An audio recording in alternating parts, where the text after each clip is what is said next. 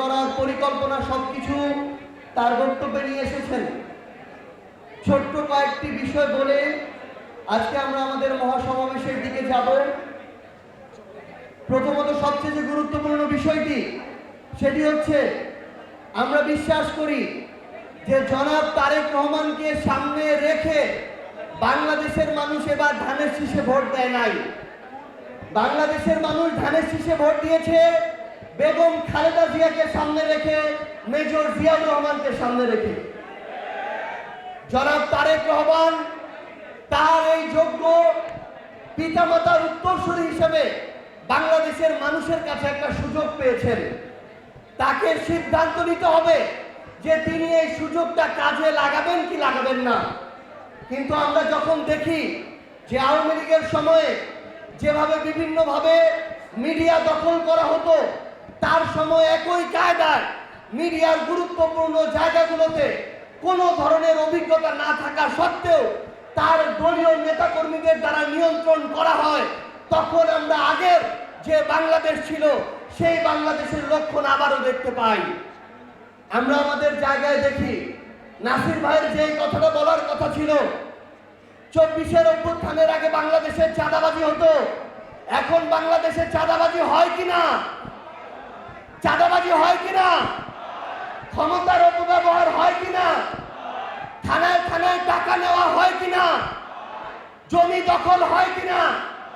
তাহলে ওই একই কাজগুলো যেগুলোর কারণে একটা অভ্যুত্থান হয়েছে, ওই একই কাজ যদি আবার নতুন করে বিএনপির নেতাকর্মীদের দ্বারা হয়, তাহলে এই বাংলাদেশে বিএনপির আগামীর রাজনীতি নিয়ে আমরা শঙ্কিত এবং আমরা বিশ্বাস করি এই রাজনীতি করে আগামীর বাংলাদেশে কেউ আর রাজনীতিতে টিকে থাকতে পারবে না।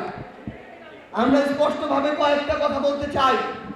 এই প্রশ্নের উত্তরগুলো আপনাদের দিতে হবে, কারণ তারা বলে, বিএনপি বলে আমরা শুধু নাকি বিরোধিতা করার জন্য এই কথাগুলো বলি, কিন্তু বাংলাদেশের মানুষের আকাঙ্ক্ষাটা তাদের কান পর্যন্ত যাওয়া দরকার।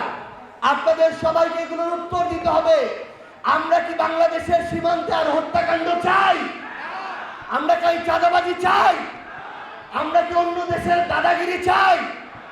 আমরা কি এই বাংলাদেশে ক্ষমতার অপব্যবহার আর দেখতে চাই?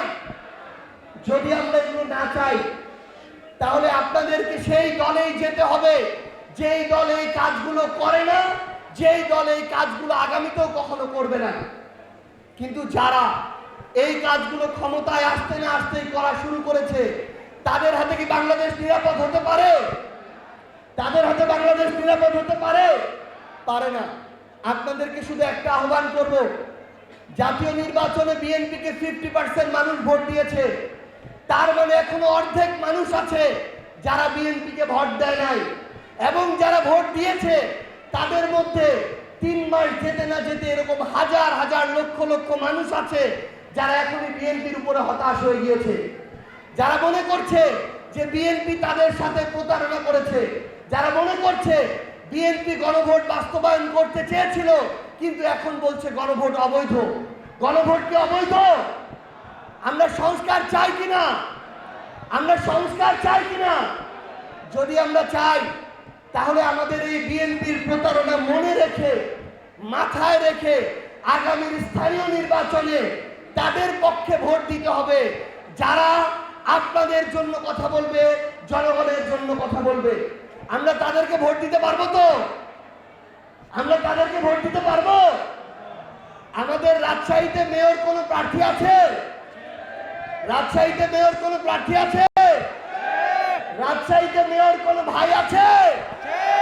এনসিপির কোনো প্রার্থী আছে? আমরা সবাই একসাথে স্লোগান দিতে পারবো? এই রাজশাহীতে কোনো মেয়র আছে? রাজশাহীতে কোনো ভাই আছে? আগামীর কোনো মেয়র আছে? এনসিপির কোনো মেয়র আছে? শাপলাকলির কোনো মেয়র আছে?